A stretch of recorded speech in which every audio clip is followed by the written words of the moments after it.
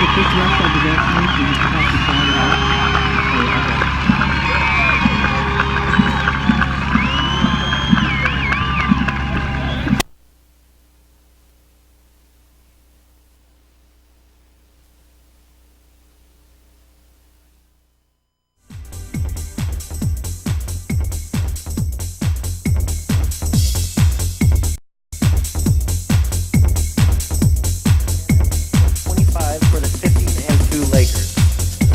Stephon Marbury's 22 points led Minnesota over Sacramento 101-90. The Kings have dropped 6.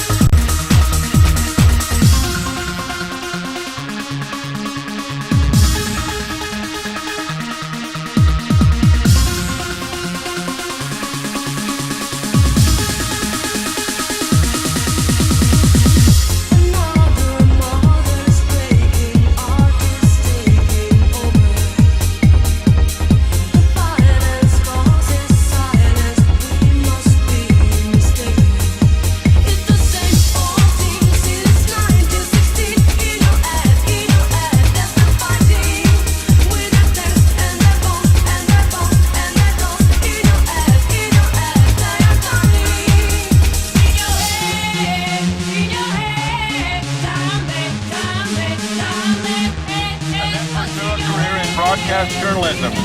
As Miss Utah, her goals are to be a positive role model and to increase public awareness of the tragedies of domestic violence. She promotes the philosophy that homes should be safe havens for families, not places of terror and abuse. Mary is the daughter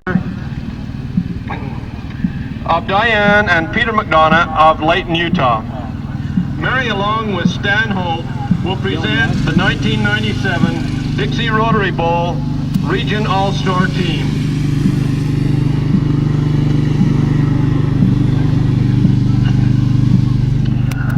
The Region All-Stars football stars from Washington County are representing 3A Region 13 from Dixie High School, Cody Fonsbeck, Larry Stevenson, Lance Pendleton. Representing Hurricane High School, Ben Stewart, Keelan Cox.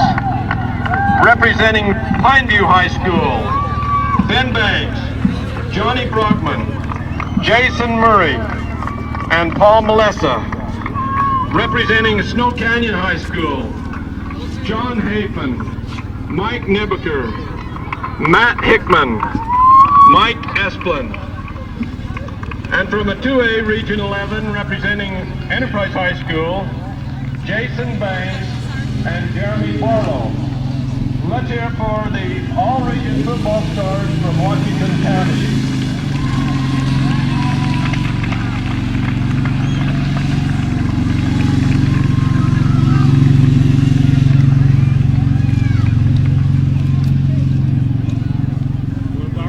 Oh, you're the man. And now on behalf of the Dixie Rebels, Pull this one for me. all right. We'll present or have presented to Mary McCoy.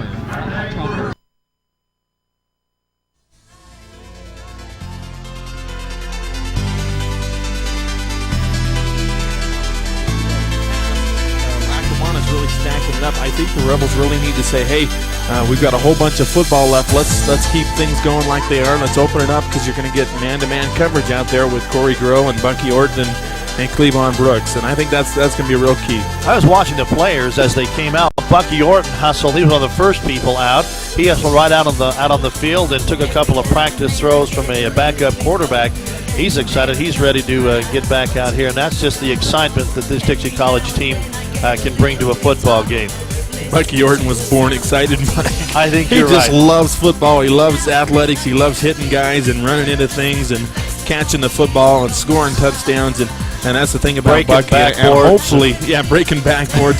Hopefully that affection will translate to some of his teammates, and he'll be able to get them fired up because, like I said, this first possession and how Dixie reacts is a real key. Ready to kick off once again is John Schulteis. Back deep is Red Shoes Journey along with Corey Groh. The kick is going Corey Groh's way. He has it at the 30-yard line, steps out of bounds at about the 32.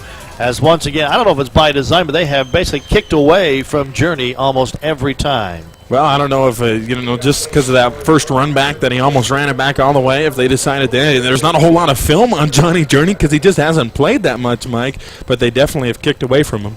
So the ball will be placed at the Dixie 32-yard line as the Rebels start the second half with the lead 42-21 over the Falcons of Lackawanna Junior College. Double wide receiver to the near side. Corey Groh is joined by Cleavon Brooks. I formation, and again out there is number 1 Eric Lockhart. Movement along the line.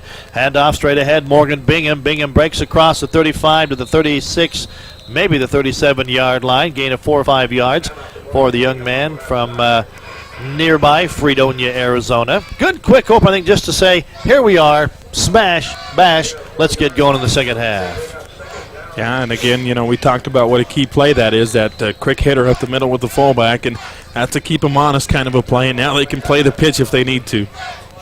Gain of 4 yards. It'll be second down and 6 to go for Dixie College as the 2 wide receivers switch from the near now to the far sideline. Delamas drops back. He wants to go to the air. He has time, but nobody's there. Delamas gets away and throws it away. Oh, he had a couple of receivers wide open. But I'll tell you, he did a great job just getting away from the pressure, turned and threw the ball away, and I think that time he was thinking, boy, last time I took the sack, and this time I'm just going to dump it. But after he dumped it, with hands on his helmet, was number 22, Bucky Orton, all alone in the middle of the field going, how much open do you have to get a pass around here? You had Mark Henderson open, too, on the play, Mike. You mentioned a couple of guys were open, but he was under a lot of pressure. Third down. 6 yards to go for the Dixie College Rebels. Back to the standard I formation. 1 wide receiver either way. Pitch it back to Lockhart. Lockhart will try the near sideline. Will not get the first down. And a flag also goes down in the backfield. That's usually in the area of offensive holding. We'll have to wait for the official indication from the referee. There it is, and it's a hold on Dixie. Well, the normal call would be to say, well, we're going to decline it because it's 4th down. But with the way Dixie's always going for it on 4th down, you think they might actually take the penalty because it'll be from the spot of the foul, so it'll be back at about the 32. 33. It'd mark it all the way back to the 23. So you want 3rd and about 19, or do you want 4th and about 5? I'd take the yards every time on this one. It is a hold against Dixie. They do mark off the yardage. I think Lackawanna's learned something out of the first half. Yep. Dixie will go for it on 4th down, and so they'll march him back. So it's 3rd down and about 18 yards to go for the Dixie College Rebels. The only bad news now for Lackawanna is they haven't done a good job of covering Dixie receivers at all today, and here we go on a passing down. And out to the near sideline is Corey Groh. Renard Cox will go out there on one-on-one defense as Dixie now switches out of the eye to the standard pro set. Backs are split behind the quarterback DeLamas. DeLamas in trouble. Fires it out to Bucky Orton, and Orton cannot get to it at the 50-yard line as he got great protection there. Great defense that time from Mike Crutcher. Crutcher's a little bit of a trash talker. Kind of came away signaling to the near sideline that, you won't get that on me. And what made that play really was the strong safety. Sean Hackett blitzed on the play and got to DeLamas right away. DeLamas just kind of had to throw it out there and hope for the best. Tyler Dayball in to do the punting chores for Dixie College as Bruce Miner has a great run back. He's back there along with Mike Sauché. Here comes the punt, a little bit short. It'll bounce to the 40-yard line, and Dixie will pick it up. And I think that was a case of Jamal Smith saying, yo, where'd that thing come from? It bounced right up in his arms. Yeah, he was back there on punt coverage. The ball took a really good Dixie bounce. Looked like it was going to head another 10 or 15 yards down the Dixie direction, and instead he grabs the ball and then it's dead right there at the 37. So not bad field position for the Falcons as they open up their first offensive drive here in the second half. To the near side is Jeremy Willer. Miller is a wide receiver. Mike Yearwood split wide right. I formation behind a quarterback, Nicky Saunders. Saunders hands off to Young. Young nothing doing as he is dropped immediately. And got a player in on defense. And it looks to be injured flat on his back, one of the Dixie College players. Well, he hadn't hardly moved. He's finally moving his legs a little bit, but it looked like for a second there I thought he was passed knocked out. Yeah. But he is moving his legs now. And flat on his back, so we can't see the picture or the number from where we are right now. I thought it might have been one of the linemen, but I'm not sure in that situation. It was a quick hit, and he was in on the tackle, and boy, he just did not move. So it's a little bit of a timeout right now on the field. 42-21, no score here in the second half. Dixie leading it by 21 points with just over 13 minutes remaining here in the third quarter. Dixie has struggled with the injuries on the defensive line. You know, Casey Jackson was hurt. Jared Tonganavai has been hurt this year. And, they've had to fill in. Jared Cunliffe has come in and filled in well, or Joe Cunliffe, and also Charles Roden. It could be Roden down there on the field, though, because I don't see him in the huddle. All right, we won't speculate yet. They still have the injured player flat on his back. They are talking with him, as Andy mentioned. He is moving a little bit, so we know he's not knocked out. Now getting up into the sitting position, and I think you're right. It is Charles Roden, number 71, and he must have just taken a heck of a blow to the upper body. He may have almost been knocked out. Well, he's kind of shaking the head as he's walking off there. And he made a great defensive play to get into the defensive backfield and actually made the tackle, but apparently it cost him. He's dazed a little bit, and he's walking off the field. But that really hurts Dixie because Tonganavai has been hurt, and Jackson's still nursing injuries, and now Roden out. Loss of a yard on that last play. Second down, 11 yards to go. In motion is Yearwood. Again, quarterback fakes the handoff one way, comes back the other to Young, the speedster, and Young is dropped for another loss. Back to the 35-yard line. So it'll be third down and 12 yards to go as that time the containment of Dixie was right there. Young received the handoff and immediately was dropped for a yard loss. Well, whatever they thought they saw at halftime as far as the running game up the middle, they were wrong because Dixie's really contained it here on the first two plays, and now Saunders is going to have to put it up. And Saunders will drop back to the shotgun. He has three wide receivers out. Saunders is a good scrambler as he drops back. He has great protection. Only a three-man rush by Dixie. So the quarterback steps up and fires it complete to Yearwood at the 45-yard line inside of Rebel territory, and a first down for the Falcons. And again, just a great job, I think, by the quarterback, Nicky Saunders. He had only three men rushing. He had time, but he stepped up out of the pocket, and that drew the attention of the linebackers and left, again, straight man-to-man coverage on the defense. And he stepped up and hit Yearwood for a completed pass at the 46-yard line, first and 10 for the Falcons. And it looked like Jamal Smith that time was playing a little Olay defense, staying back until the guy caught the ball and then making the tackle. To the near side is Jeremy Miller. He is joined by Yearwood, I formation, behind Saunders, the quarterback, as Saunders drops straight back again. Just a Interception by the big man over the middle to the 50, the 45, the 40, to the 35 goes number 65, Casey Jackson. I'll tell you what, it was one of those look what I found kind of a deals, you know, kind of like you open up a case of Dr. Pepper and found out you won a T-Bird or something like that, Mike, because he looked up and the ball was right there. He got the big mitts on it and started rumbling and bumbling and stumbling. I think maybe if he could have pitched the ball to one of his fast little DBs, he might have had a touchdown on the play. He was so wide open. I think that's strictly a case where the quarterback, Saunders, just did not see him because the pass was right to him. All he had to do was open his arms and welcome that one. So big turnover once again. Let's see if Dixie can capitalize. They have it 1st and 10 at the Falcon 35-yard line. They fake the pitch, little play action, and it's picked off. No, it is dropped. That is John Petit, the outside linebacker, and he had that, and he had 6 points. That was written all over it. He got so excited he forgot to carry the football with him. Boy, and Coach Duda's got to be kicking the dirt right now because your quarterback throws one right to a big old lineman who normally wouldn't catch one of those kind of things. He hangs on, and then their quarterback throws it to one of your defensive guys who should have good hands, a linebacker, and he cannot hang on. So it is 2nd down and 10 yards to go. The ball remains at the 35-yard line. Rebels lead it here in the 3rd quarter, 42-21, with just under 12 minutes remaining in this 3rd quarter of play. Jeremiah Delamas drops back, has all day, looking for somebody. Now he throws it long to a wide open fumble at the 12-yard line, and out of bounds he goes. You just can't give a guy that long to throw the football. I mean, he got happy feet because he couldn't believe he had that much time to throw the ball, Mike.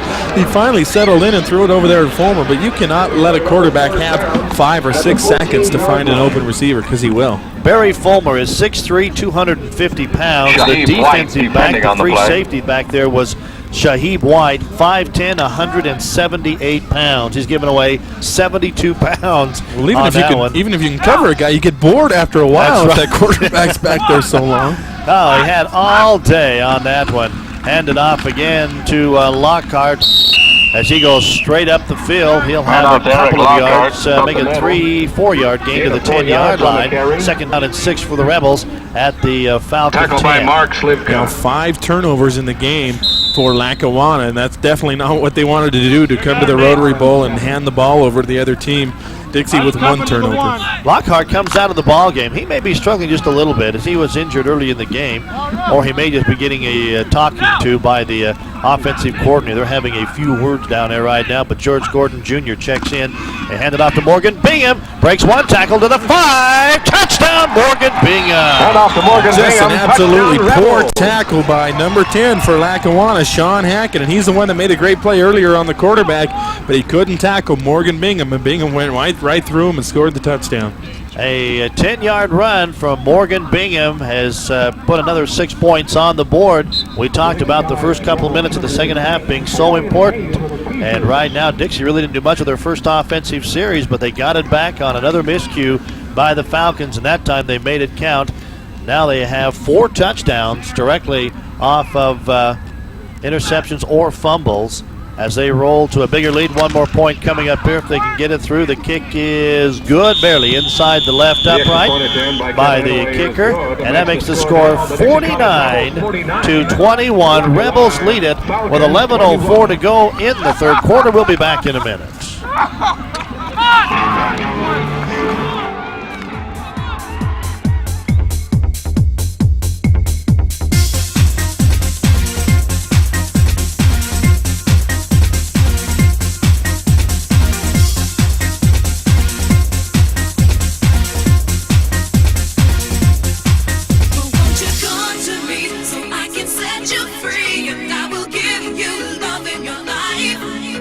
Can we be together?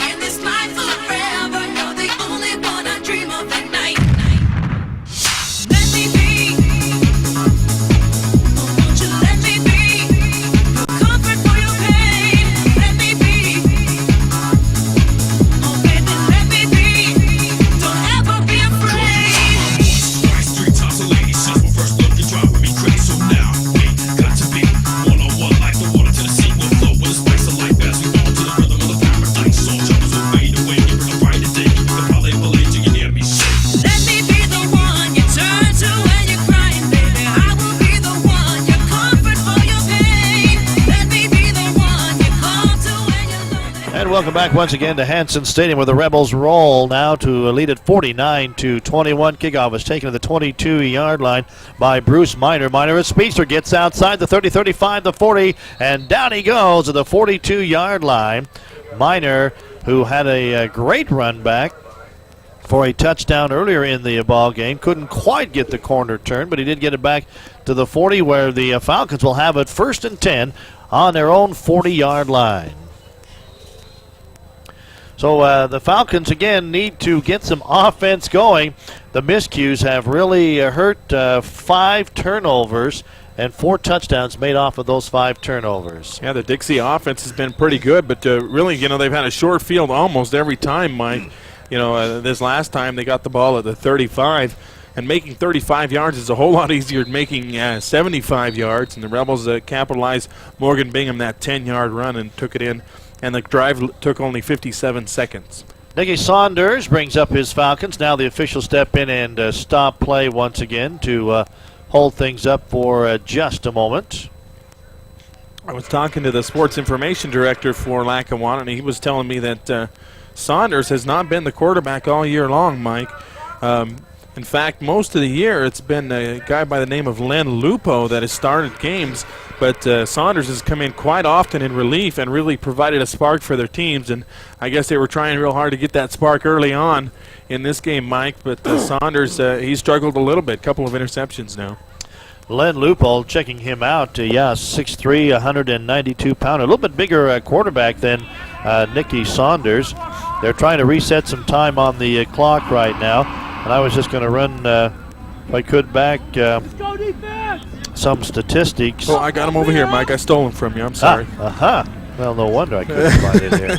Well, yeah, actually, Lupo has thrown 20 more passes. He's 52 of 114 on the season, 5 touchdowns, 3 interceptions, 912 total yards to just 94 attempts for Saunders. Saunders hands off to Mike Sauché, and Sauché comes on the near sideline, fumbles the football, and guess what? Dixie has it back, and now a flag flies.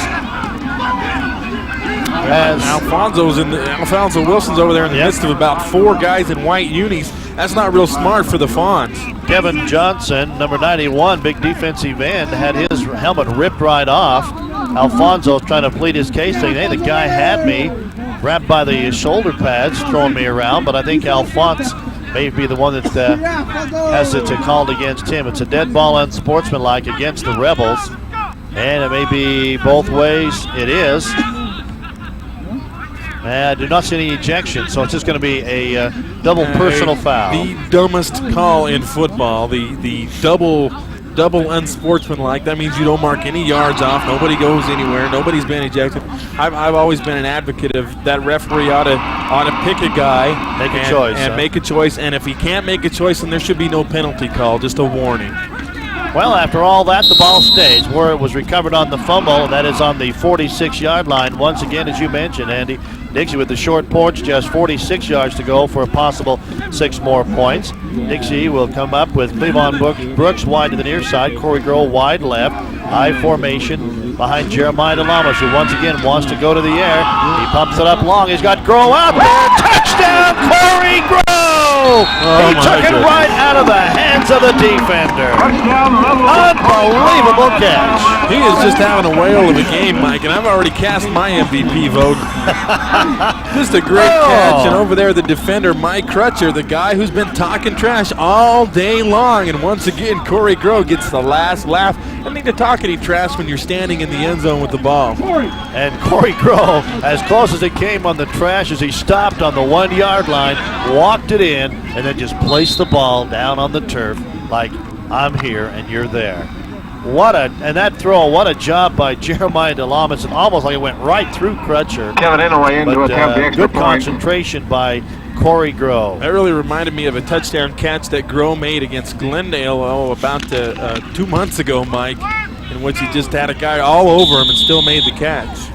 Well, the point after goes just a little bit wide, so that's about the first miscue by Dixie in this ball game, as they sail it just a little bit wide to the left. So the score will remain right now at 55-21, 76 points on the board, and we may see, or we're getting very close now to the all-time And again, this is unofficial, but the word we had, there was about 93 points scored between two teams. So yeah, it's actually in the book here, and I'll look that up while you talk. Mike. All right, that'll be just the deal. So Dixie tacks another touchdown on the board right now to pull out even farther as they get ready to kick off against the Falcons of Lackawanna. It is a case where the hometown team has been very, very strong in this bowl game forever, and that has been Dixie, except for one time in which Snow College came here. Dixie, however, has lost a couple of the bowl games. Navarro, Texas beat them, and I'll try and think of the other one too in a moment here, but nonetheless, Dixie has been very dominant in this bowl game, and they appear to be well on their way right now, unless things very much turn around for the Falcons of Lackawanna. That game you were trying to think of, Mike, the other one they lost was the one that's the all-time point scoring record for the bowl game. It's that Coffeyville game where Coffeyville, Kansas beat Dixie 60-36. There were 96 points scored in that game. Dixie's actually still only in third in all-time points scored for the game because there were 77 points scored when Grand Rapids beat Snow in 1992. So Shea picks up the kick, and now we have flags fly all over the place, at least 2 or 3 flags. One coming very, very late. The Soche caught it about the 20-yard line, returned it up near the 30 to the 32-yard line as, I don't know, tempers may be flaring at this point. Actually, the first flag appeared to be a call on field. The second one was definitely well after the play had ended, far across the way, so we'll have to wait for the officials to kind of straighten things out. Yeah, that first one is going to be an illegal block, pretty obvious illegal block, but the late call is hard to see. Like you said, that's about as far away from us as you can get in the building. I don't know if I'm trying to see where we got Don across the way there. I'm trying to. Oh, there he is. He's right there on the play. He's right in the middle. Don, any call on that last call? What was that? Yeah, they called a block in the back on the white. It's a live ball. Then they've got a dead ball foul over here on the sideline against Dixie. So they'll actually have to mark both of those off, won't they? Yes. All right. We'll head official still discussing things now. I think he may have it all straightened out. We'll get the official call from the. There it is. The illegal block as Don just called. That'll go against Lackawanna. And then comes the dead ball. They're going to call it a personal foul against Dixie. So what we'll do is we'll go spot of the foul for the block. That'll be 10 yards from the 26 to the 16. And then you go 15 yards the other way for the personal foul. So it should be Dixie ball at the 31. Or Lackawanna ball at the 31. Or Lackawanna ball at the 31. The ball will be at the 31. Okay, there's the first mark off, as you called it, back to the 16. Now we'll turn around and walk it up the 15 yards before we finally get ready to go here. Again, we're in the third quarter with 10 minutes and 38 seconds to go. 55-21 is our score. Dixie with a big lead right now, trying to make it the second consecutive win by a Western States Football League team. As we mentioned, there's still a couple others yet to play. We've seen many a basketball game this season, and in the early season here at Dixie, that's been the score 55-21. That's true. That's the first time a football team has had a score like that. By the way, the Dixie College men's basketball team came up with a victory last night, 70-59. They'll try tonight against the College of Southern Idaho in Twin Falls. You can follow it up later right here on 890 KDXU. 70 points, not very many points for this team that's averaging over 100 a game. First and 10 from the 36-yard line, handed off to Young. Young straight ahead, nothing doing as a Dixie defense. So what happened, Mike, is he actually missed the handoff. Yep. And so Saunders had to follow Young through the hole. I think he was supposed to hand it off. I think he just missed. Ran by him. You're absolutely right. Saunders will get a gain of about 2 yards following his eye back. So it'll bring up second down and 8 yards to go for Lackawanna. Got to be a frustrating situation right now for the Falcons. Made the long trip out, scored first in the ball game, then gave up 21 unanswered points. Actually, 28 unanswered points. And then the ball was at the 37. Now, it was at the 16, right? And the 15 yards should have been to the 31. Did they give him a 20-yard penalty? They did, right? They actually did. Yeah. Saunders on a rollout. Quarterback keeper is going to be hit and dropped for no gain on that particular play. Is very quickly, once again, Pateros Salave. A great defensive job tonight, or this afternoon, for the Dixie College Rebels in on that particular play. It feels like night because the sun has not been out at all today. We've been totally cloud-bound, and kind of cool, but not too bad. And for us Wimps and Utah's, Dixie's been very cool, not just kind of, thank you. It is now third down Well, I'm just thinking back to what you just said. You're absolutely right. It's true. They gave him a 20-yard personal foul penalty. Well, it's there at the 20 or the 37-yard line right now. Third down and 9 yards to go. Out of the shotgun is the quarterback Saunders. He's in trouble, rolls out. Now he's got a lot of room. He fires, and it's almost picked off and should have been picked off by Tom Wolfgram, the D-back on the far sideline. As again, the pass just came right at him, and he reacted by getting a hand on but couldn't hold on. And I wonder, Mike, if we're going to see pretty soon the other Len quarterback. Lupo. Yep. Saunders has struggled quite a bit, Mike. In fact, his last half dozen passes have not been close. Back deep to receive is Corey Groh. He's asking for a little bit of help out there. The ball is going to be kind of pooched out there. And is they going to be let it roll dead, as hustling out there was number 10 Mark Henderson, but he did the wise thing. They got the 12th or the 11th man out there, but he just kind of stayed away as he ran in very, very late off the sideline. Yeah, that was kind of strange to see a guy come running in off the sideline after the ball had already been snapped. So Dixie will take over on their own 30-yard line, 1st and 10, with the lead of 55-21. With 8:51 to go, a few of the crowd thinning out just a little bit, and I predict unless things turn around quite a bit, that a few more of the crowd by the start of the fourth quarter is going to head for warmer areas. Yeah, the Hanson Stadium is going to be emptier. The good news for us will be our listeners will grow. That's right. George Gordon Jr. on the carry has 4 yards to the 35-yard line, where he was finally brought down. On the defense was Quinn Doctor. Now there's a name, an outside linebacker at freshman, 6'1", about 240-pounder out of Cleveland, Ohio. Just what the doctor ordered. Just what the doctor ordered. Quinn Doctor. Dr. Quinn Medicine Woman. I didn't want to say that. He's bigger than me. So, second down, about 6 yards to go for the Rebels. I formation, one wide receiver either way for Dixie. Handed off once again to Gordon in the backfield. He dives ahead, and the ball pops out, but it was on the ground. And so it will be retained possession by Dixie, but with the dive, he got right near the first down marker. Jumping in there to recover what he thought was a fumble was Shaheed White.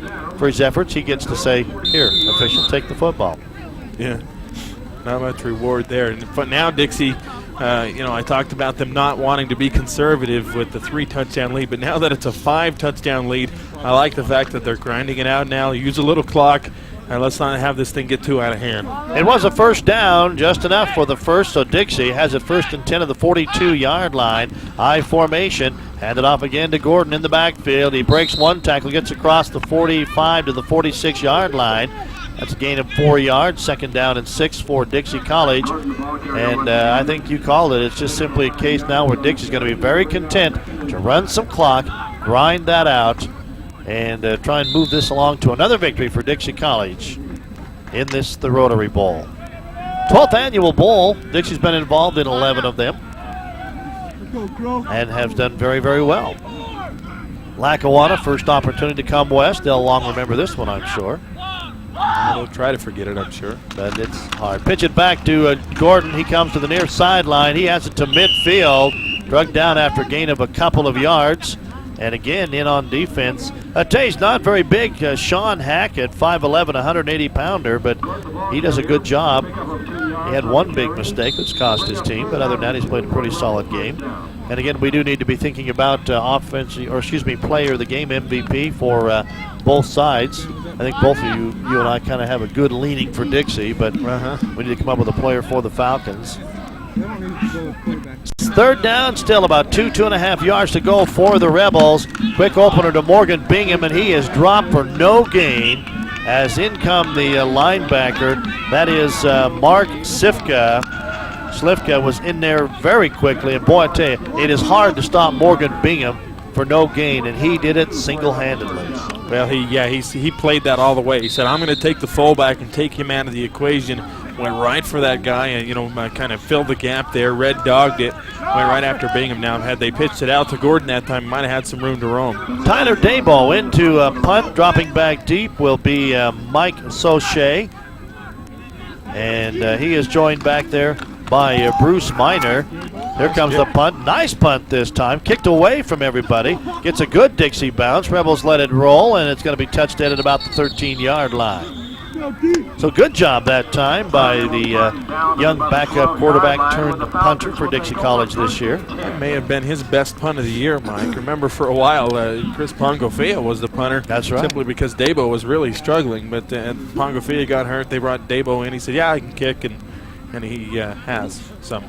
Across the way once again, Don, I would have to assume that the mood is maybe ebbing over that way a little bit, Don, as they see their team fall further and further behind. Well, it's a little quiet, but they're still working hard over here trying to figure out if they can make it happen. What they've got to do is, again, take care of the turnovers, which has really dogged them here in this ball game. Pitch it back deep to the running back. He starts wide, cuts back inside. He'll have a couple of yards up to the 24, 25-yard line, gain of about 2 for LeVar Young. And I think Young has found it's a little hard to run wide on the Dixie College defense. He got that first one, and he's pretty much been held in check since that time. Yeah, a couple of big holes early on, and then from then on, it's been pretty good going for the Dixie Rebel defense. Wanted to mention, Mike, our broadcast brought to you in part by Ahern Rentals. Why buy it when you can rent it from Ahern? And they have it all. At the half, Young had 14 carries for 65 yards. Not bad for about a 4.5-yard average. Quarterback on a rollout, gets away. He's got a man wide open, and he overthrows him. All alone, Jeremy Miller at the 40-yard line. Unfortunately, the pass went to the 35. I mean, he was about 8 yards beyond the deepest Dixie defender. I mean, he was so wide open. Even you could hear the crowd kind of groan. That's right. As they saw it happening, but the pass was just too deep. That play was set up by a great inside fake by the quarterback Saunders. As he rolled out, he kind of made a little play fake to his running back, and then naked bootleg out to the near sideline. Then he was wide open, but again, he just overthrew his man. That would have been, I think, the best play of the game outside the very first early drive for the Falcons. They now have it, though, third down and still 8 yards to go, back on their own 15-yard line. Out of the shotgun, Nicky Saunders runs, looks, fires it over the middle, almost intercepted by Dixie, as number 19 Armistead getting a hand on the football. But you got to feel for Miller, Mike. First he runs a fly pattern, is wide open. That time he runs a little slant pattern over the middle, kind of a deep between a post and a slant over the middle. He's wide open again, and again the quarterback can't find him. That brings up a fourth down, about 8 yards to go, and a punting situation. The punter now in Schulteis back around his own goal line, gets it away. It'll be picked up by Corey Groh at the 48-yard line in Falcon territory and Dixie territory. Returns it across the 45 to the 43-yard line of the Falcons. And Dixie had, I didn't catch the number of the guy back there, but they had a guy run into the punter on purpose. Just kind of pushed him, bumped him up high in the shoulder pad area. No call. I thought that could have been easily a 5-yard running into the kicker penalty at least. The ball's going to be placed at the 44-yard line. Rebels have it 1st and 10. No changes as far as personnel right now. Even Dixie with the big lead, 55-21. However, the fourth quarter, we may see some different players. We have just over 4 minutes remaining here in the quarter, and it looks like it is George Gordon Jr. staying in there at the running back slot for Dixie College. As Delamas drops back, and boy, he is smothered. It's like the big tight end, Kevin Johnson, got away from somebody, missed their blocking assignment, and Johnson was right on top of Delamas, and down he goes under 300 pounds of sophomore. Looked like he was walking out into the surf in Hawaii, and a wave overcomes him. It was a wave of Johnson, big old lineman, just smothered him. And I mean, Delamas almost disappeared from our vision, Mike, with this big old white jersey player on top of him. And Delamas is not a small man, 6'4", 196-pounder, a sophomore out of Springville, Utah. Second down and 15 yards to go, loss of 5. Pitch it back to George Gordon. Gordon trying to sweep wide, has the 5, 6, 7-yard gain. And that is all. He just does not have the good breakaway speed. He's a good runner. He knows what to do with the football, but he just couldn't break away around the outside. And getting up a little bit slow that time was Morgan Bingham, the fullback, who was out in front blocking. You got Antsy Tony Jones on the sideline. I'm sure he's wandering around thinking, hey, Coach, I can still play offense. Why don't you put me in there at tailback? Grow to the right. Looks like Cleavon Brooks, wide left for the Rebels. They lead it big here in the third quarter. Third down, about 7-8 yards to go. DeLamas runs away from pressure. Now looks out and throws it to nobody. As there was somebody in the area, Cleavon Brooks, but he had slipped down. And that'll bring up a punting situation once again for Dixie College. Rebels just trying to use up some clock, and they feel pretty comfortable with a 34-point lead. Trying to use some time and maybe not make this too embarrassing for the visiting team. Minor will once again join Mike Sochet back as the deep man to receive this punt off the foot of Tyler Dabo. Dabo will be standing around his own 45-yard line, gets a nice snap, gets it away, kind of a wobbly end over end, fair catch called for, and they'll let it go. Dixie says, okay, down to the 11-yard line. We'll touch it dead right there. So once again, very deep in their own side of the field are the Falcons of Lackawanna as they will start from their own 11-yard line. Hustling down there to down that ball was Charles Roden, number 71, so it's good to see him back in the ball game. And remember, Charles is the deep snapper. He's the guy that hikes the ball to the punter. As soon as he gets rid of it, he's on his horse. Gets down there and does a good job. And he's usually one of the first guys down there because it's tough to block that deep snapper when you're trying to block the kick. Ronald James, the defensive tackle, 6'1", 288, shaken up on the play, but he does get back up and makes his way off the field, so he's apparently all right. Conductor for one of the numbers who was First very and 10 impressive. at the 11-yard line. Lackawanna just been unable to get anything going here at all in the second half of play, except for another miscue, which ended up costing them again another 6 points. Handoff again to Young. Young fakes inside, cuts outside, and he will have maybe a yard or two at most, as again the Dixie defense hustling over there. It's always fun to see the defensive linemen hustling. Terry Lyman lines up on the right side of the ball, ended up clear over there, trying to get in on the tackle. And they have really got some active defensive linemen for Dixie College. Yeah, they really did a good job of stringing that one out, and then the support came from the DBs and the linebackers on the corner once the linemen strung it out there. Kyle Graff right now is in there for Pongafia, who was ineligible here in this bowl game, the All-American linebacker for Dixie College. I formation, handoff to Young. Young will straight ahead to about the 15-yard line. Gain of a couple of more yards. That'll bring up third down. Still 6 yards to go. As Lackawanna trying to grind it out on the ground, but they're not in a good position to be able to go into a long ball control yard after yard kind of a drive. They need to get something going, really, and get something going quick. Well, they've been so inconsistent throwing the ball, Mike, that they're just trying to find something that's going to work. And here they've netted just 4 yards in 2 plays. The good news about that is they have third down and 6, which is better than the 3rd and 12, 3rd and 13 they've been facing in the last couple of series. 3 wide receivers out, and now out of the shotgun is Nicky Saunders. Saunders has plenty of time, steps up in the middle and throws long. He's got a guy down there, and it is knocked away by Armistead of Dixie College. Right there, ready to draw a beat on him was Jeremy Miller. You've almost got to say there's tough luck Miller once again. He is really just, when he's wide open, the passes are away from him. When he's covered like a glove, the passes are right there, and he just can't seem to get anything going. Well, I think it's a poor strategy, though, by Lackawanna to try to go for the home run every time on 3rd and not that long, 3rd and 6. Why don't you get the first down, get a drive together, and at least get some more points? 4th down, punt expected. It's away. We picked up by Corey Groh right at midfield. He looks for a good block, hits it to the 40, and then steps out of bounds at the 38-yard line. So good job that time by, I believe, Benny Pavisobrano, as he got a good block, which gave Corey an opportunity for another couple of yards. Returns it back inside the 40. It'll be 1st and 10 for Dixie. They'll mark it officially at the 39-yard line. That's got to be my favorite name, or one of my 2 favorite names on the Dixie football team, Benny Pavisobrano. I mean, it rolls off the tongue. It does roll. Kind of like Shorty Nihapali. There's the other one. Yep. Corey Groh wide left. And wide right is Cleavon Brooks, but hold everything. Timeout called. I don't know if it's an official timeout. No, it's a timeout by Lackawanna. They want to talk things over. With 1:55 to go in the quarter, Rebels 55, Lackawanna 31. We'll be back right after this. Made me blue. Nobody close to me, just you. You have the power in your eyes. Me and you Today you left me far behind. How could I live without you? Tell me now. Forever waiting for your love. Me and you. La la la la la la la. La la la la la la la.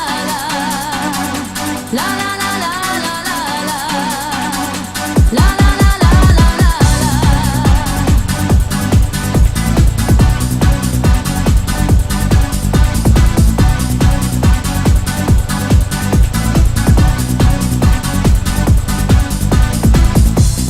You got the sun, let it shine on me. Can't get away, don't forget my tears. This is the way I feel good. Give me a reason to come back to you. Fire still burning inside of me.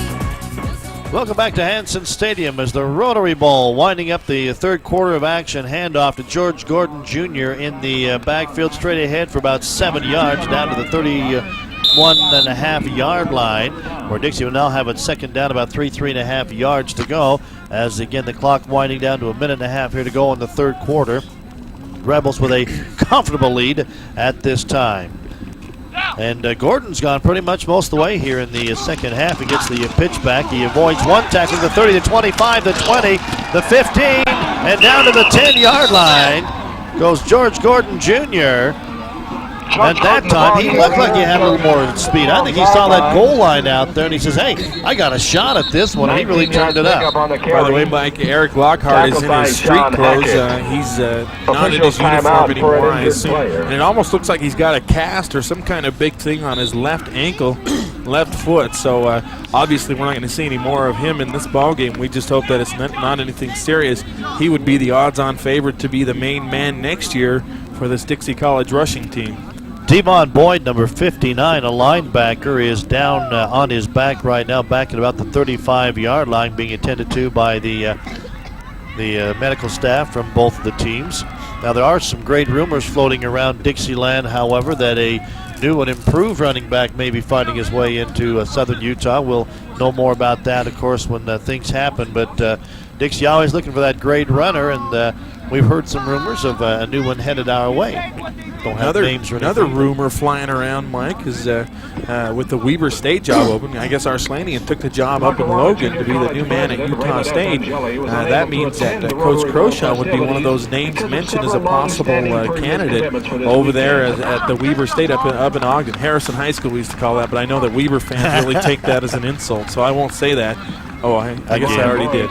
But yeah, so Coach Croshaw played there, and he's obviously one of the big stars they've had in past years, and certainly would be a candidate there. And the coach over there in the opposing sideline, Coach Duda, one of his buddies took the job over at Maryland, and he's looking at maybe getting an assistant job over there at the University of Maryland. So could be quite different things going on. Of course, we don't know, and it's preliminary stages in both those things. But, absolutely. Could turn out to be very interesting. Could be an interesting off year, an off season. They say the knee went down the 12-yard line, so Rebels have it 1st and 10 at the 12 as quarterback DeLamas looks down. He's got a man, complete touchdown, Cleavon Brooks, and his first touchdown of the afternoon. I was looking for Corey Groh on the left sideline, Mike. It was maybe even going to be a fade pattern. They had it covered pretty good, though, so he stood there. Good protection again, and Cleavon was wide open for the easy touch. Well, congratulations to the offensive line of Dixie College. They have really done a job here this afternoon. They have given him, I'll tell you that one play, he must have had 10 seconds, and that's an eternity in football to stand in that backfield and look for someone to throw to. Kevin Inouye into it, have the extra point. Boy, just like the migrating of the salmon up the river. As soon as that touchdown was scored, everybody got up out of their seats. I know it's starting to rain now, Mike. Umbrellas have come out, and everybody else says, "Hey, the score is 61-21. I'm going home." And the point after is up and good.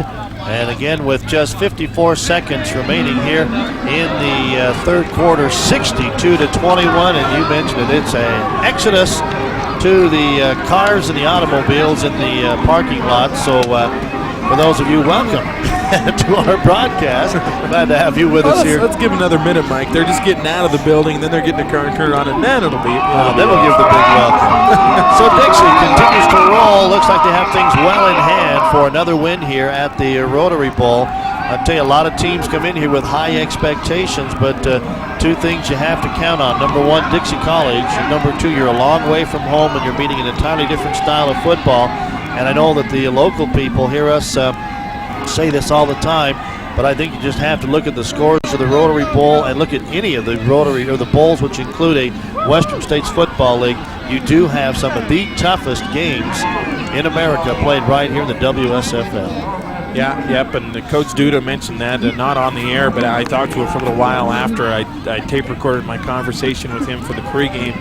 He said, man, you guys, the schedule here is just brutal. You're playing Snow and Ricks, and you still got schools like Glendale and Eastern Arizona are tough, and then you have to make road trips like to Walla Walla. He says it's just brutal. He says as far as schedule, you guys have really played a lot tougher teams than we have. Mike Sauché has it at the 10-yard line, dancing his way back up across the 25 to the 28-yard line. It'll be 1st and 10 for the Falcons on their own 28.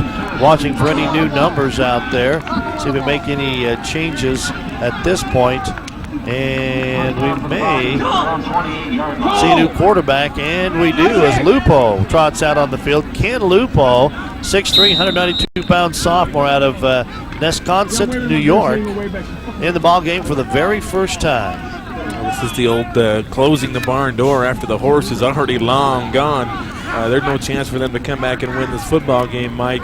But you can get Lupo some action and maybe give him a chance to get something going. Out of the shotgun, Lupo goes long. He fires it out there, and a great defensive play back there by James Wells as he was stride for stride with Mike Yearwood and just reached up with the left paw and knocked the ball away. Absolutely. It was almost like Wells was the intended receiver. That's how good a defensive coverage it was.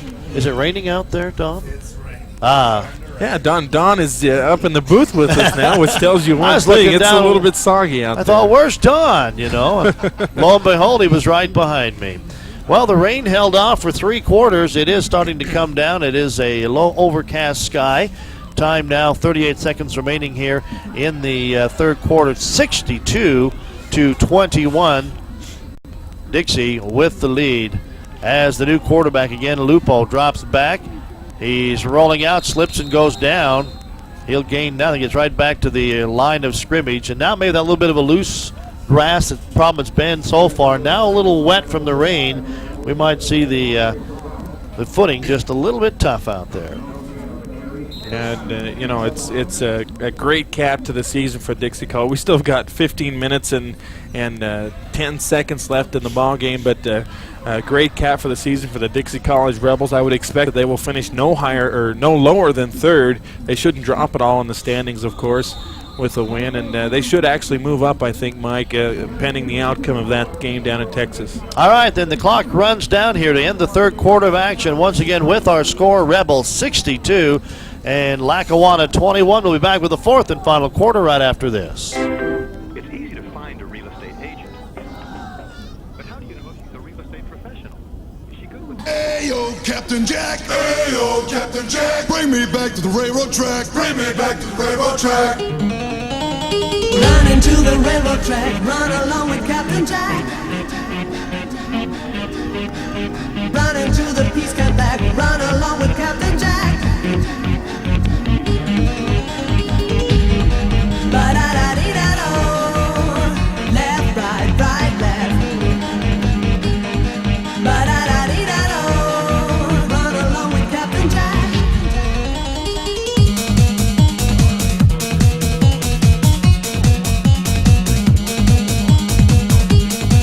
1606. That's 628-1606. ERA Real Estate. We're selling houses. Each office independently owned and operated. This is exclusive coverage of the 1997 Dixie Rotary Bowl on News Talk 890. Hey yo, Captain Jack. Hey yo, Captain Jack. Bring me back to the railroad track. Bring me back to the railroad track. Give me a gun in my hand. Give me a gun in my hand. I wanna be a shooting man. I wanna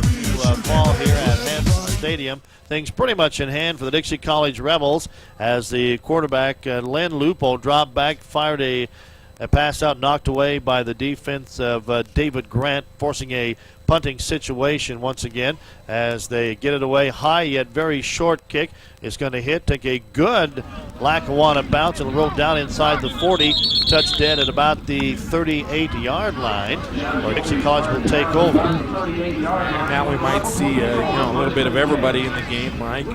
I don't expect all the starters. Well, I'm wrong, Mike. Even as I'm speaking, I'm watching number 12 go out. That's Jeremiah Morgan Delamas. Bingham's out there. Bingham, George Gordon, who is the number 1 man right now because Eric Lockhart left the game with some kind of leg injury. All right, so the starters are back in. I would have a feeling this may be the final offensive series for the starters because the game is, as we mentioned, very much in hand right now for Dixie College. 1st and 10, they mark the ball actually back up at the 40-yard line. Hand off to Morgan Bingham, and he gets no gain. He'll be stopped 2nd down and 10 yards once again right at the 40-yard line. In on the defensive stop for the Lackawanna Falcons was Mark Slifka, again the leading tackler on the Falcon roster. And we should say, I guess at this point, Mike, that this is the last game for many of these players in a Dixie uniform, including Jeremiah Delamas, who has actually finished school here at Dixie and ready to move on with other things. But he really bad wants to play now Division I football. And I think he's really helped his cause by coming back and playing at Dixie this year. Hand off to George Gordon. He'll hurdle one body at the 40-yard line, get ahead to about the 43-yard line. Once again, a late flag being thrown by the trailing official far across the field. Looked to be well after the play had been whistled dead. Yeah, Mark Henderson and Renard Cox going at it. Little John, a little pushing, little grouchiness there, but it's going to be personal foul on Cox, I think. And he's gone. He's been ejected. Must have thrown a punch. Usually that is the indication, usually the reason why a person is ejected. Well, they've got to be frustrated, Mike. They've had a fantastic year. They won their conference. They earned the right to come to a bowl game. And when you say earn the right to come to a bowl game, it's supposed to be a special thing, a good thing. But they're not going to have very many good memories getting their tail whooped like they have today. Back to the ball goes all the way down to the 40-yard line. Of course, it was a dead ball foul, so it comes after the play. 15 official more yards tacked on. And Rebels have it now 1st and 10 at the Lackawanna 40-yard line. As again, more and more people starting to wind their way out of Hanson Stadium as the little light rain still falling here under which are now completely overcast and threatening skies. Double wide receiver to the near side. Jeremiah Delamas, I formation behind him for the Dixie College Rebels. Long count, pitches it back to George Gordon. He sweeps across the 40, 35, 30, down to the 26-yard line before he's knocked off his feet. 1st and 10 for Dixie at the 26. And Gordon, that was a good strong run by Gordon. Turned the corner and was bumped a little bit off balance as he turned, or he may have gained another 10, 15 yards. Yeah, we'll have to check his stats, Mike, for the game, because I know he's really been running hard the last quarter and a half or so. In fact, he's got, 80 yards at the end of the 3rd quarter, and he's run for, 15 there, 14 there, and 5. So he's about at 100 right now, Mike, a little more. There he is again to the 20, working outside down to the 15 or maybe the 16-yard line. Gain him another almost 10 yards on the run. And right now, I think it's a dispirited Lackawanna team out there, as they can look at that scoreboard as much as anybody in the stadium and know that this game is just all over but the shouting here in this game this afternoon, as Dixie College comes off with another big victory. They still got a lot of time left on the clock, 12 minutes and 43 seconds. Dixie very, very content now to keep it on the floor, or I should say on the field, as they try and just run out the clock and put this W officially in the W column. Handoff again to George as he goes off tackle on the left side. Gets it across the 15 to the 14-yard line. That'll be another 1st down for Dixie College. That would give him 111 yards, Mike, for the game. And remember, he did not start, and it's 19 carries, 111 yards. A good day for George Gordon, filling in for the injured Eric Lockhart. We will be assisting in making the call, the pick for a MVP from both sides. I think that we feel very good about what we've seen from Corey Groh, an outstanding game here today. There's a couple of them. George Gordon's making a little bit of a bid for it late in the game. Handoff, Morgan Bingham straight ahead down to the 11-yard line. Pickup of 3 yards as Dixie continues to grind it out once again on the field. Some possibilities on the Falcons roster. And I'm just trying to think back. You think about the Nicky Saunders at quarterback really struggled big time. We may have to look to the defense, I think, because the only other one that the one guy, Soche maybe. Yeah, Soche's had a good He had that game. long catch for a touchdown, the long kickoff return. So he's had a pretty good game. He's maybe a leading candidate. You mentioned too on the defense. Handoff straight ahead. Morgan Bingham. He was looking for 6. He won't get it. He's down near the first down marker as he gets to the 4-yard line. And then he was bulldogged to the ground. I mean, he grabbed a hold of the helmet and twisted him to the ground down there. Is it close enough for a first down or a measurement? We're waiting for the indication, and they say apparently just shy. About a half-yard short of the first down. Now, there's another name. The tackle was made by Mark Slifka, another guy that might be a candidate for player of the game. The only bad thing about that is you hate to pick a defensive player when there's 62 points on the board, no matter how they got there. Right. Even though there were 6 turnovers, you hate to pick a defensive guy on a team that's given up maybe 70 points here in a minute. Third down, less than a yard. Morgan Bingham trying to lean in for the first down. I don't know if he got it. Did not get much leaning room down there as the defense really clamped onto him right in the middle of the field. And looking for the mark. No way, he's not going to have made it. So he actually lost a little bit. So it's 4th and about a yard now as he lost a couple of feet on that particular exchange. And Dixie says, all right, we'll try one more, 4th and a yard. Let's see if they give Gordon a chance to get into the end zone, Mike. He has not scored despite all those yards. He has not scored today. Little moral victory could come here for the Falcons if they can stop Dixie. Pitch it outside to George Gordon. Gordon turns it inside and has the touchdown. And again, just to miss tackles, Mike. Chance to get him back behind the 5-yard line, get the ball over on downs, and they just can't get a hold of Gordon. And you know who was there who missed the tackle? Laid on his stomach for a few minutes. Mr. Slifka. Was the guy with 108 tackles this season, Mike Slifka. How ironic the game of football can be. Yeah. How mean at times. 6 more points on the board for Dixie College. That's just about enough for even the hardiest of Dixie fans to say we're headed for the Cars, 68 to 21. I'm going to go ahead and take off, Mike. Thanks for staying for a while. Just kidding. Try to add on the point after. It is up and good, and flag flies after the play once again. We'll work that out while we take this break. 10 minutes and 1 second remaining. 68-21. Rebels roll back in 1 minute. We need a new car. No, we need it.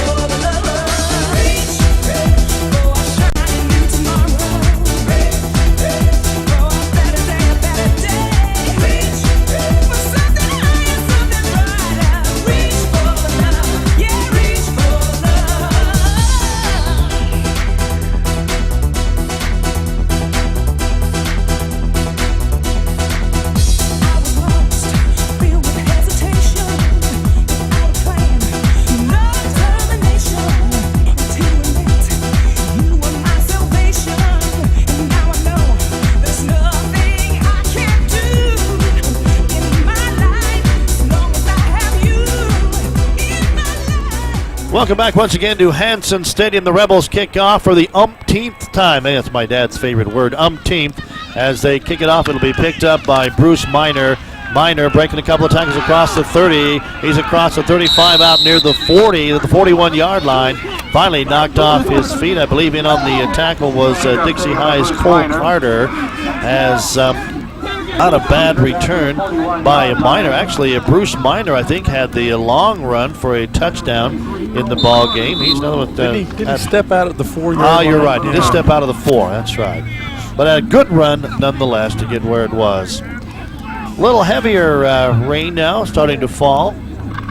Here it's still at the sprinkling, but picking up, and that'll cool the rest of the folks who are hanging on here to the bitter end of this one. I don't know if any of these people that are still here have headphones on, but I have much respect for them for sitting around in the rain in a blowout football game. Watching the final minutes of this game. Handoff straight ahead, good for about 4 yards to the 45-yard line.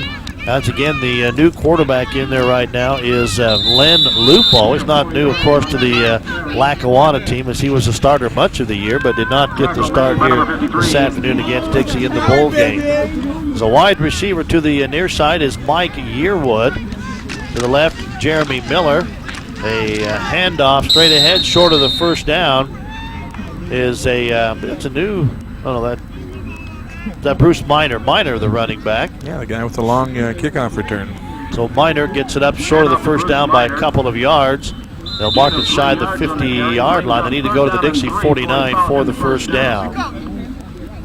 Both teams, I think at this point, would be happy to see that clock just roll right along, as nothing in doubt, but maybe the final score in this one, as Dixie has rolled up to a big win here in the 1997 Rotary Bowl game. It is third down and short yards to go. Handoff again to Minor. Minor squirts ahead, trying to wiggle out for another first down. He'll be very close depending on the mark of the football. Minor brought down by many, including Benny Pave Sobrato. I believe the record was 37 points, was it? Or 97 points 96. For the most points scored in the Rotary Bowl, and it's at 90 right now, so we'll keep an eye on that for you. I think it was 60-36, wasn't it? 96 points scored in that. That's what I'm thinking, yeah. But I'm trying to check even as we speak. They gave him the first down, so it is 1st and 10. As the quarterback on a roll, throws it out there, and almost complete, but not quite off the hands again of Jeremy Miller. Out there on defense was James Wells. Also doubling up on the play was David Grant. And that'll bring up 2nd down and 10 for the Falcons. The ball back again on the 49-yard line. Checking that clock, it is stopped at the incompleted pass. 7 minutes and 59 seconds remaining in this football game. And again, we will be talking with head coach, the victorious coach, coming up here immediately following this ball game.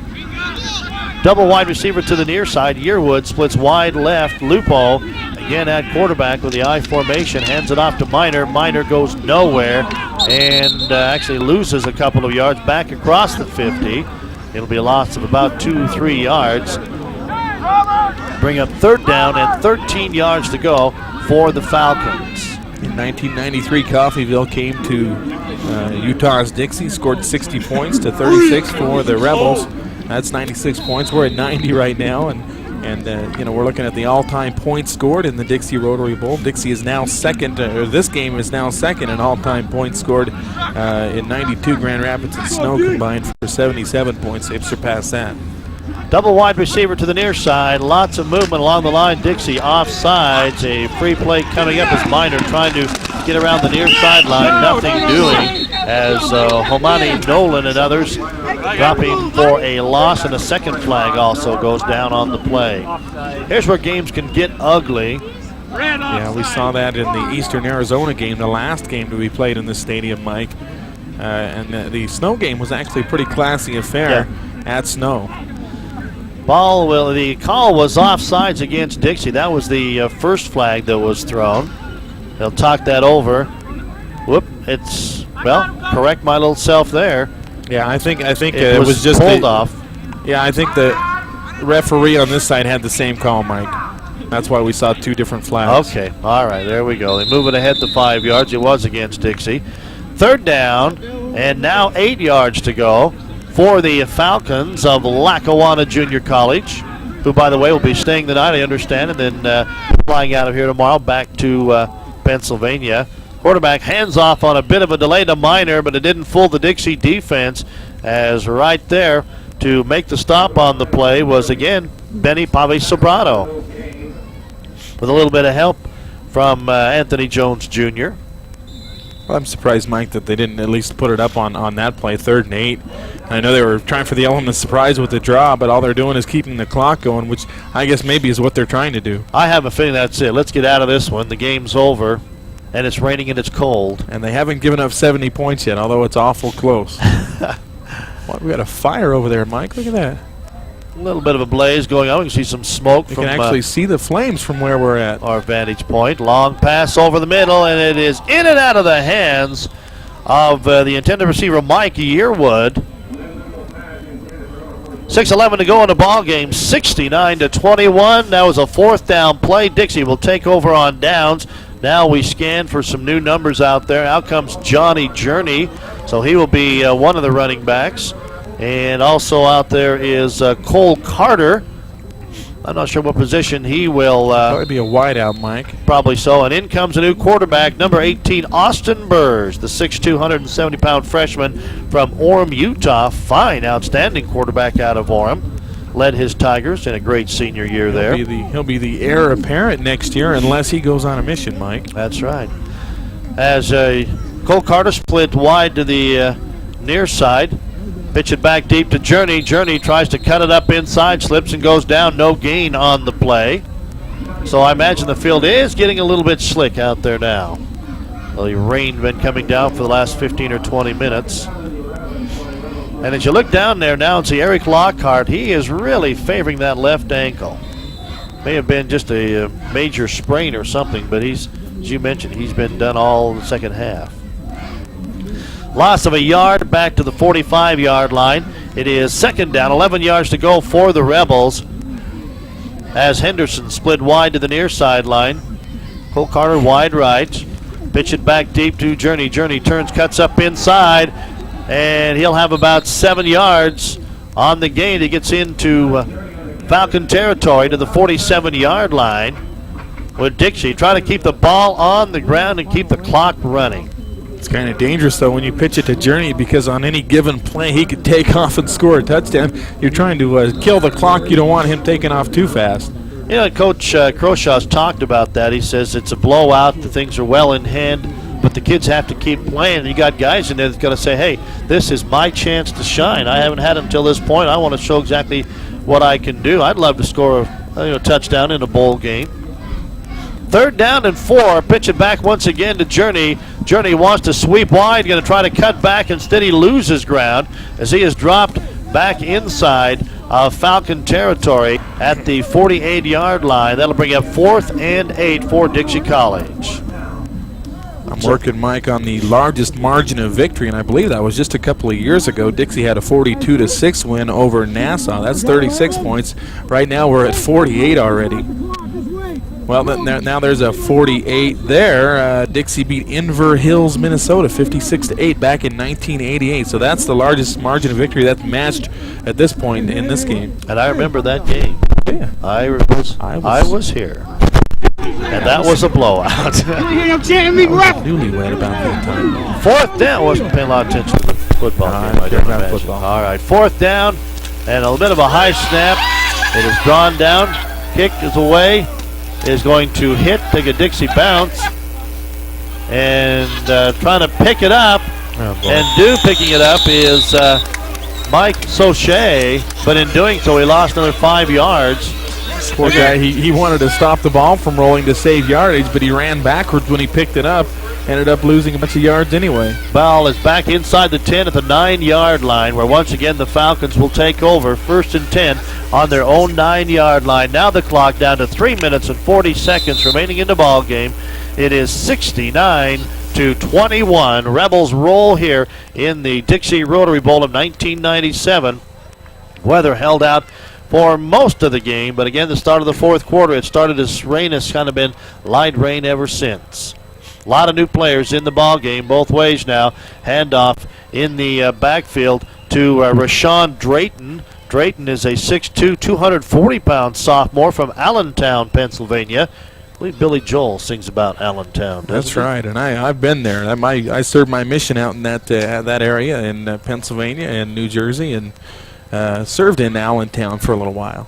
Actually, I drove through Allentown. It's a nice town. They have a great outdoor mall there. Their whole main street, the old part of town, they've turned into an outdoor mall. It's something else. Up in the Blue Hills area, Pennsylvania. 2nd down, about 8 yards to go for the Falcons. Pitch back deep to the running back this time is Brandon Montgomery. Montgomery tries to turn the corner. He'll have maybe a couple of yards. And that's about all, maybe a yard pickup. So it's third down, and still 7 yards to go. Montgomery is a 5'11", 205-pound freshman out of Westchester, Pennsylvania. I wanted to mention our sponsors that help make this game possible, Mike. Saturn of St. George, one of the sponsors. Also ERA Brokers Consolidated, Newbie Buick, and of course Ahern Reynolds, who's been with us all through the football season and basketball season now, and we appreciate all the sponsors. Wouldn't have been possible without them, and we certainly I think would pass on their congratulations to Dixie College for a great game played today. Pitch it back to Rashawn Drayton. Drayton trying to turn the corner. He is knocked out of bounds at the 17-yard line, 2 yards shy of the first down mark, and David Grant, the quarterback turned defensive back, and actually has played very good most of the season in that defensive back position. Yeah, he started several games, did not start today, but is in there, as you can see, in mop-up time. Chad Hensley, also another defensive back, getting in there. As we mentioned, a few names of players that do not get a lot of playing time. Linebacker Steve Lyman, a freshman, 5'11", 220-pounder out of Orem, Utah. And let's see, Dixie is going to send nobody back on the punt. They're going to come with the pressure right now. Kick is away, almost blocked. Hustling in there was Tom Felipe, number 47. The kick's going to roll all the way back to the 32-yard line. And you just got to think that may have been a play to block the punt. I think it was more of a play to say, we're not going to rub this anymore. Get the kick away as far as you can. Let's just run the clock out, which is now down to 1 minute and 51 seconds remaining in this football game. Yeah, it was 4th down and 2, and they know when they're beaten. Lackawanna didn't want to go for it and give Dixie the ball at the 10 or 15-yard line. So what they did was they kicked away. Dixie probably didn't believe that they were necessarily going to kick it, so they sent no one back, and it ended up being a pretty long punt. Ball rolls dead at the 32-yard line. Rebels will have it 1st and 10. Austin Burge out as quarterback. Cole Carter is one wide receiver coming to the near sideline. Other wide receiver is Chris Brinier. It is Felipe, I believe, was the up back. Or that is Wilson. And as the I back is Red Shoes himself back there. He is dropped for a loss, however, back to the 30-yard line. 2nd down and 12 for Dixie College. That's just about the best thing that can happen. It looks like the points scored, combined points scored record is going to be safe, Mike. However, Dixie does have the all-time points scored by one team in the Dixie Rotary Bowl, 69, surpassing Coffeyville 60. 2nd down, about 12 yards to go as the clock runs down. 1 minute 19 remaining in the ball game. We may see 1-2 more plays, and that'll be about it. Long count taken by the quarterback, Austin Burge. Burge running the count clock right down, hands off to Kyle Wilson. He breaks tackles. He's across the 40, 45 to the 48. 1st down for Dixie College. Like I said, you can't tell these guys not to quit trying because Kyle Wilson lost his starting position. He'd like to make it a point of, I can still run the football, Coach. Yeah, and this is the last game for a lot of these kids, and if not the last game, then that means that they want to show that they can do it next year, Mike. And so, it's kind of an important situation for a lot of these players. 1st and 10 for the Rebels on their own 48-yard line. Under a minute to go in the 1997 Dixie Rotary Bowl. And the Rebels, once again victorious here on their home field. Handoff in the backfield, straight up, and look out. 6 more points coming from the speedster as the Red Shoes were flying, and look out. I couldn't say it. I was told to say this while. To say, click his red heels together and say there's no place like home. But Johnny Red Shoes Journey scores, and the Rebels, we were talking about that scoring record. There it is. So Dixie has eclipsed a couple of records. Most points by one team in a Rotary Bowl. Most combined points by 2 teams in a Rotary Bowl. They're actually tied with that right now. So this important extra point, and extra points have been an adventure in today's game, Mike. So we'll see if Kevin Inouye can make it an all-time record. Just a couple of seconds remaining, 31 to be exact, 75-21. How long was that run by Journey, Mike? Did you catch that? It was, I tell you, right at 52 or 3 yards. I'd have to We'll have to check that one again. Here comes the kick. It's on the way, and we have a new record as Dixie College makes the point after. It is now 76-21. 97 points combined between these two teams here in the Rotary Bowl, as Dixie College will wind down the last couple of seconds of this, the 1997 season, with Lackawanna.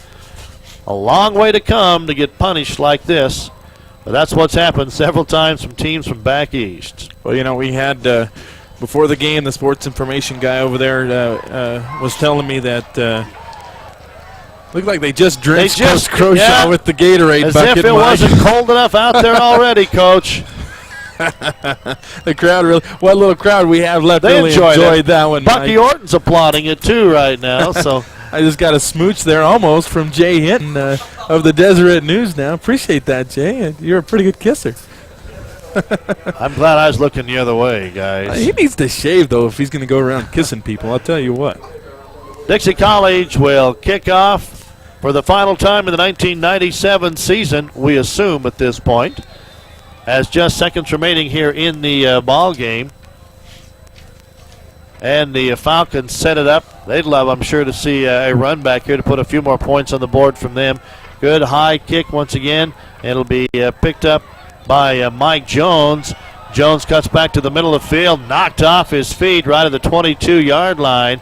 Well, you got all these third stringers in there, and they're just fired up, Mike. Chad they're glad Hensley to be hitting guys. Do a little strutting of his own coming out of there after making that tackle. Yeah, it's a great opportunity for these guys to get in, and that's got to be a good feel to get that hit. Time now, 26 seconds left in the ball game. And the last of the Mohicans making their way out of the Hanson Stadium here. 1st and 10 for Falcons on their own 22-yard line. One play will just about wrap it up. Neither team will want to stop the clock right now. As two wide receivers, I formation. The quarterback has it complete out to the far side to Jeremy Miller. Miller will have the first down. We will have, I think, one more play with 16 seconds. They stop the clock to move the chains. David Grant laid on a pretty good lick on the receiver Miller that time. Just popped him, but he actually stayed on his feet. Got a few more yards after the pop. So Lackawanna would like to get one more scoring strike in here before they wrap it up. 1st and 10 to the 39-yard line. Same play, bad pass. That'll stop the clock and give them a chance maybe to set up something a little bit better. 7 seconds remaining on the clock. 76-21. 97 points scored here in this afternoon's football game. Well, you try to sum a game like this up, Mike, and so many things happen, especially in the first half. But you just can't turn the ball over against good teams. That's the number one thing. 6 turnovers led to just a whole passel of points by the Dixie Rebels. You know, a lot of them were bad, but I think the one that really was the killer was the first one out of the chute here in the second half, because they had to get something going. They had to get back in the ball game. They come up with a big turnover. Dixie took immediate advantage of it and really kind of, I thought, put the game on ice right there. Yeah, the score was 42-21, Mike, and at the time, it looked like they might have a shot and get a touchdown and make a game of it, but he threw that pass right to Casey Jackson, the defensive lineman. Here comes the last play of the game. It is complete across the way to Jeremy Miller. Miller turns it upfield, and that's out of bounds, and that's the ball game. It's officially in the books as the Dixie College Rebels are the 1997 Rotary Bowl champions, having soundly defeated the Falcons of Lackawanna Junior College by the final of 76-21. Yeah, I look back